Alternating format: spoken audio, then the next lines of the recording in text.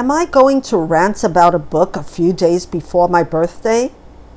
Yes, I have to.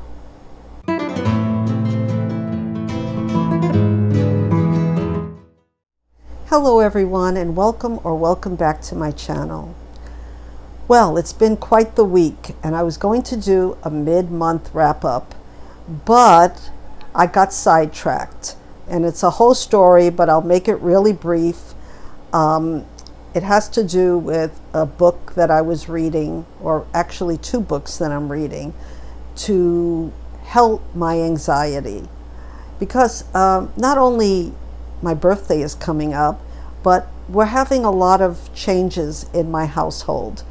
And there's been a lot of stress. And for people who know, I suffer from anxiety, and I have since I was a child. So a quick fix for me when I'm suffering from anxiety is that I look for self-help books. And this is not a new thing. I have been looking for self-help books since I was a teenager. And this whole debacle, I call it, started. I blame Jack from Spread Book Joy. No, actually, I'm very happy that Jack introduced me to one of two books. So, this is not the book that I'm ranting about, but I wanted to talk about a book very briefly that Jack recommended on her channel. And it's 4,000 Weeks, Time Management for Mortals by Oliver Burkeman. And I'll just give you it. Okay, so I took this book out of the library about a month ago, and I read a line, the first line of the book. The average human lifespan is absurdly, terrifyingly, insultingly short. And I said, heck no, and I brought it back to the library. As you see, I have it again, and that's another story. But that's not the book I'm going to rant about.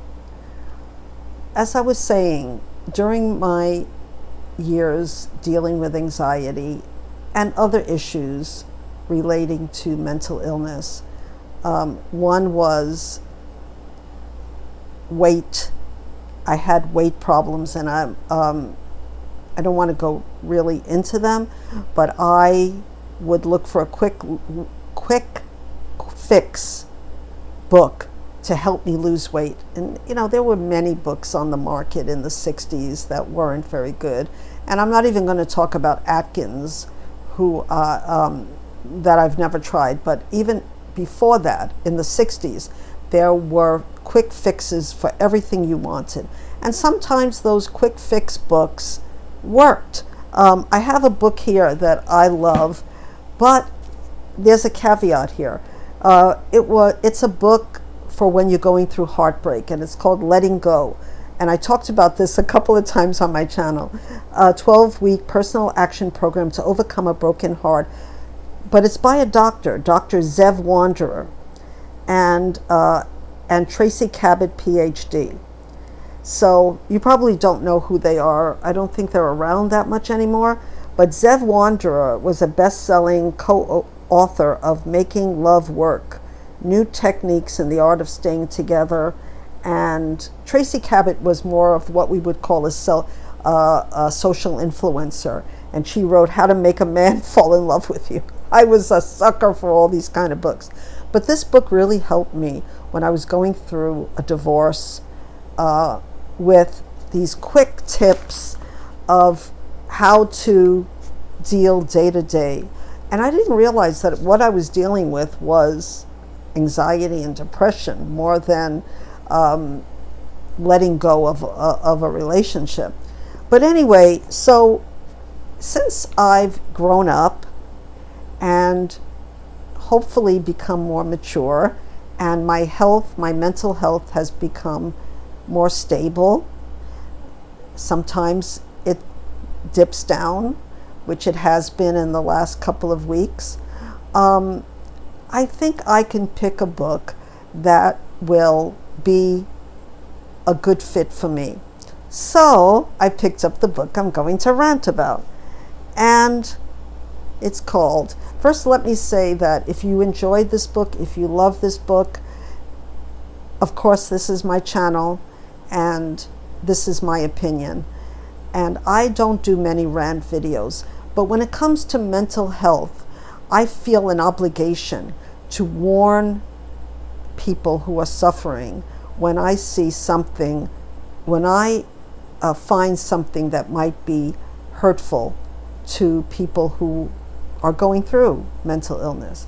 And this book is called First We Make the Beast Beautiful, A New Journey Through Anxiety by Sarah Wilson. Now, I was looking at reviews of this, which I'll talk about later, but I found a few interesting things online that have to do with this book. And it says, if the title is smaller in size than the author's name, and if you notice, the title is very small and the author's name is very big, that is a sign that the book might not be a very good nonfiction. You know, there is pop psychology and then there's self-help. And pop psychology is sort of books that are written by doctors, psychologists, and then self-help books can be written by anyone. Social influencers, as Sarah Wilson is, and I'll talk more about that. But also, there's nothing inherently wrong about a self-help book, but you have to be a little more careful, I think, with self-help books. And so that's one thing I found out just by doing research. And it says if their main gig is being a writer, blogger, influencer, motivational speaker, or thought leader, then their books are often just an amalgamation of research from other people. Though this is also a memoir, so that makes it a little bit different. And it also makes it worse, in my view, in this particular case, because it's very self-indulgent. And I will give you very concrete examples of that. So let me talk about what I got from the book before I talk about what other people thought, because I did look on Goodreads to see when I first started reading this book. Okay, I read you the first line of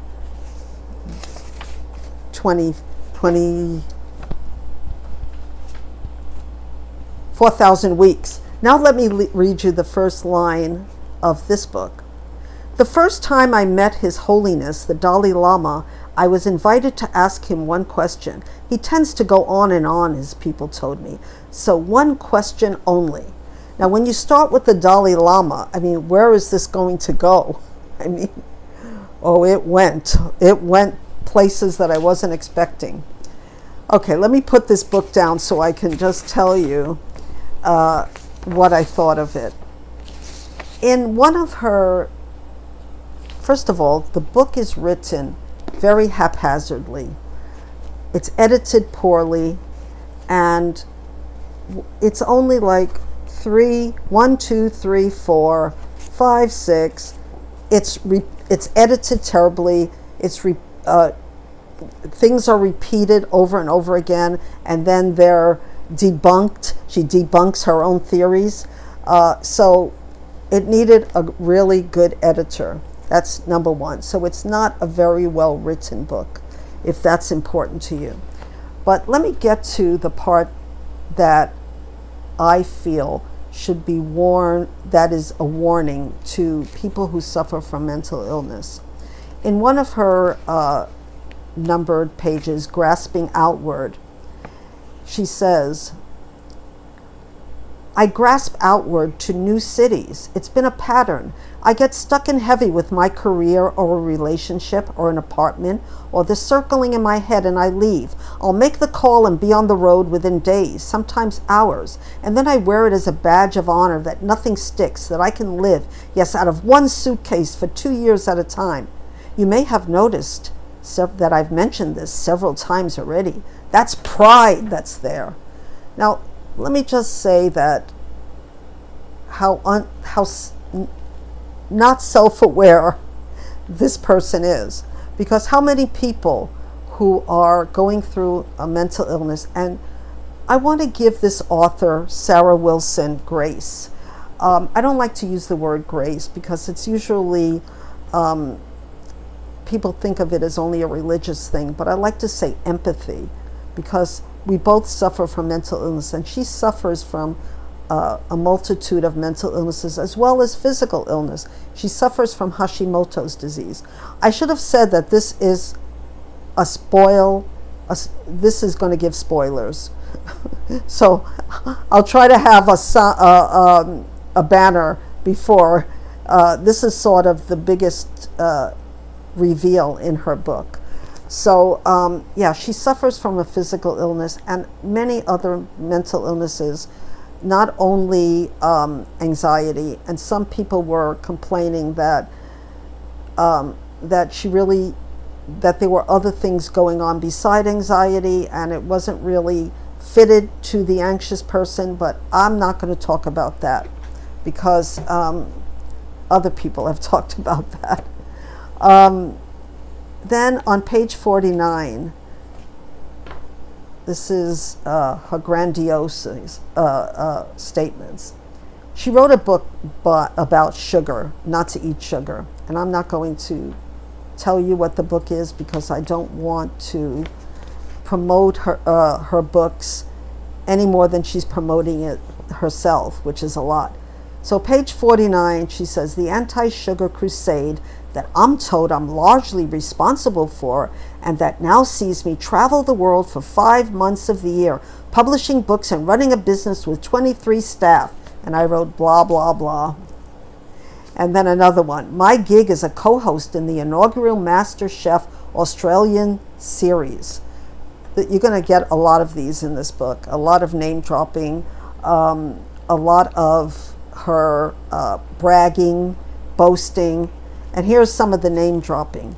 On page 124, Aurelio Castorella is a leading Australian fashion designer. I've worn his dresses for various TV award functions. Another one. I met Oprah's life coach. Another one. Synchronicity happened when I met Brené Brown of The Gift of Imperfection. Another one. Louise Hay was eating, I think she said eggs and sausages when we had our interview. Yeah. So that's part of what I noticed that wasn't good. Also, she talks about medication, and she's not qualified to talk about medication. And she does have a disclaimer in her book that says that she's not a doctor. You know, that's all fine and good to have that disclaimer. She has 5 things to know about this book. I'm not a medical professional. This is my personal and creative response to my condition and the research around it. But I also had 3 medical professionals read the book to ensure the information is responsible.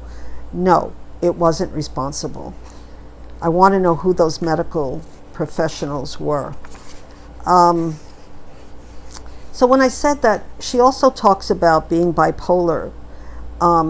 She talks about spirals, but she never really talks about having an actual panic attack. So for me, that part was missing. So let me so already I was bothered. Then she talks about, she has dangerous statements, and these are the dangerous statements. Cognitive behavioral therapy is some outdated, hippy-dippy, just make yourself happy bullshit therapy that nobody uses anymore.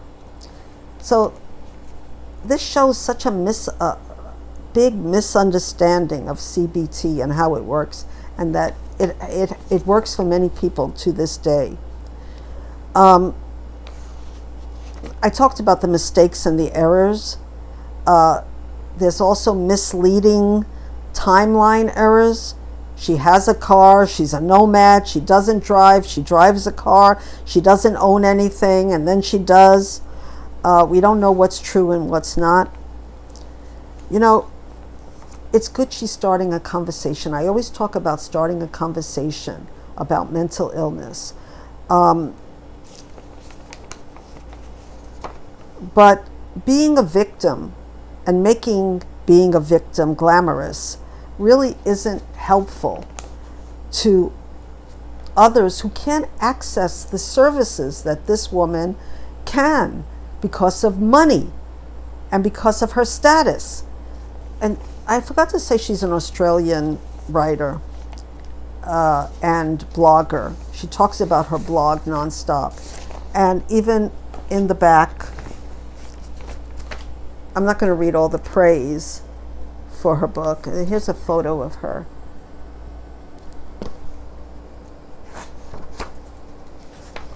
And she has 5 extra reads you can find on my website. And she has her website here, and I'm not going to say that, but she's promoting, throughout this book, she's promoting herself. And I got the impression that she's promoting herself more than she wants to help people. Of course, that's my take on it. Others might have another take. For me, one of the biggest things of this that I didn't like about this book was that it made me anxious because of the way it's written. Just because you have a mental illness and you're writing about a mental illness, you still have to write a good book and make it understandable and not a mess. And that's, of course, my opinion. But this is a mess of a book. Now, I missed almost the most important part. This wasn't something I got out of the book, but somebody who was reading closely got this, that during the time, and I read this on Goodreads, during the time, now the author is saying this, I flitted between, the time she's writing the book, I flitted between 9 countries, moved house 7 times, attempted to unlive myself twice, restructured my business, and fell in love with a man. And the person writes, as if that's okay, and if that's any way to live. I cannot believe I wasted my time trying to take advice on healing from a person who was so clearly continents away from it. After all her research and life experience and bashing on medication, I expected to find a better answer here. But all she leaves you with is a message that says medication is bad.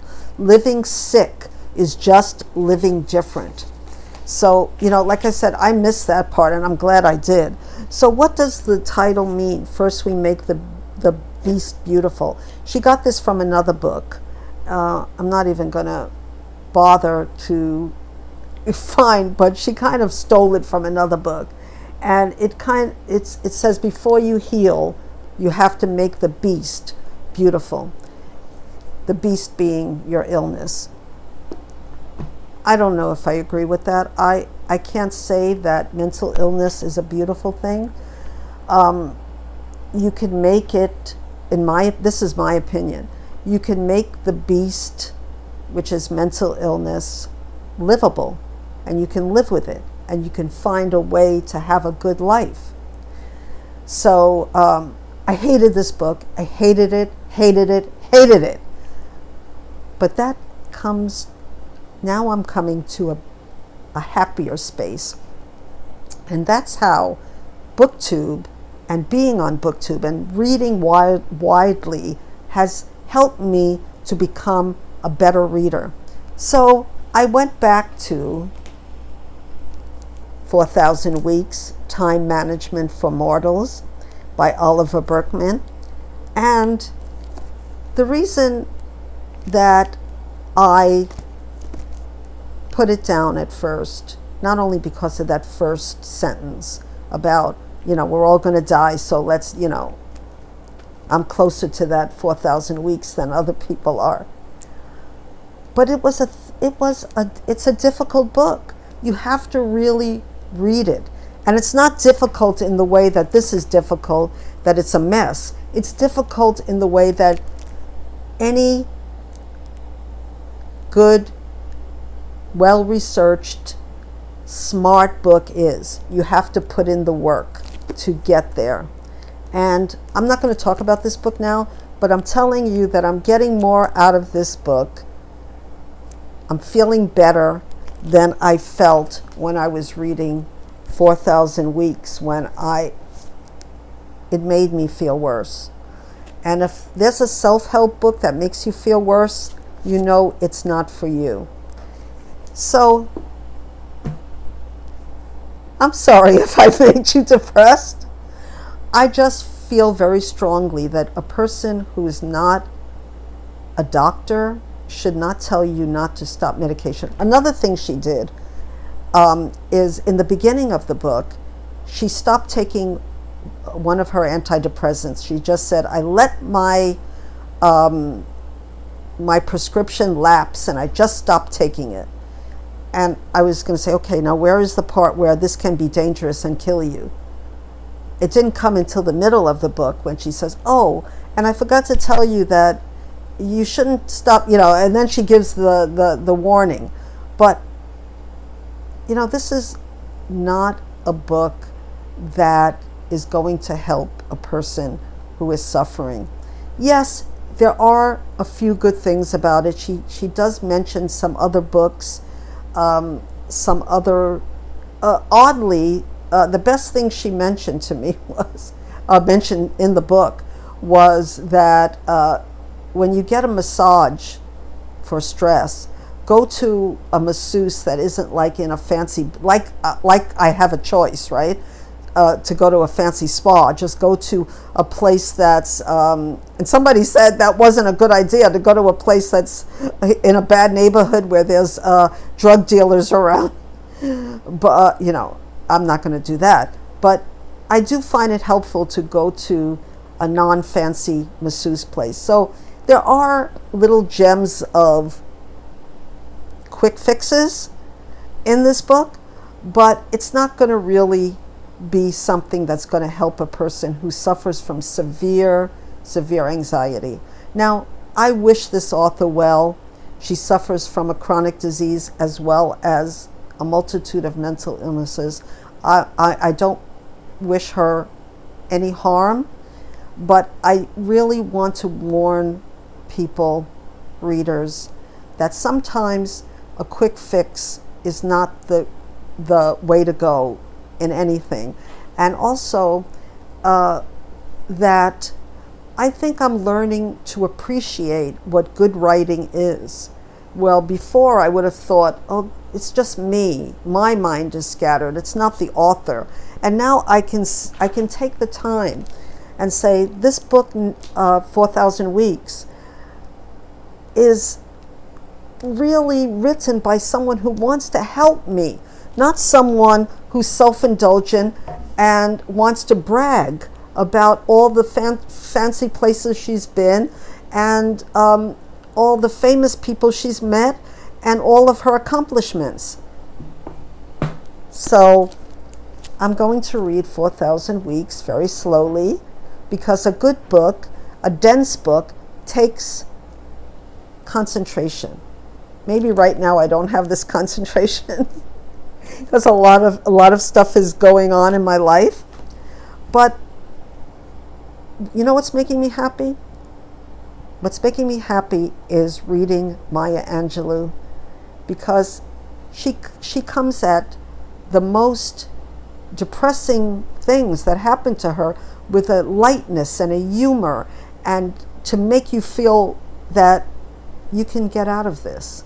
And that's why I'm so happy that I'm doing this Phenomenal Woman Maya Angelou readathon, and I will be back with more of that. I'm really enjoying the book that I'm reading, Gathered Together in My Name. I just love Maya Angelou, and she really wanted to help people. She wasn't promoting herself. She was trying to get through stuff by helping other people. And that's what a memoir should do. And self-awareness is necessary to write any type of memoir, even a self-help memoir. I like memoirs that have self-help in them by telling a story, by not just, like, I hate to say this word, but vomiting out other people's words. And yeah, I've said enough. Did I rant enough? Please forgive me if this is your favorite book that I've trashed. I am going to nominate it. I was going to nominate it for Garb August, but I think it's too harmful to nominate this book for Garb August. So I'm not going to do that. But I will say that I continue to start conversations around mental health with people who are interested in helping people, and I plan to do more reviews, hopefully better ones, and hopefully this book will be a gem that might help people. It's already helping me. So until we meet again, when I do my mid-month wrap-up, I wish everyone good mental health, good physical health, and just joy in their lives. So until we meet again, aloha.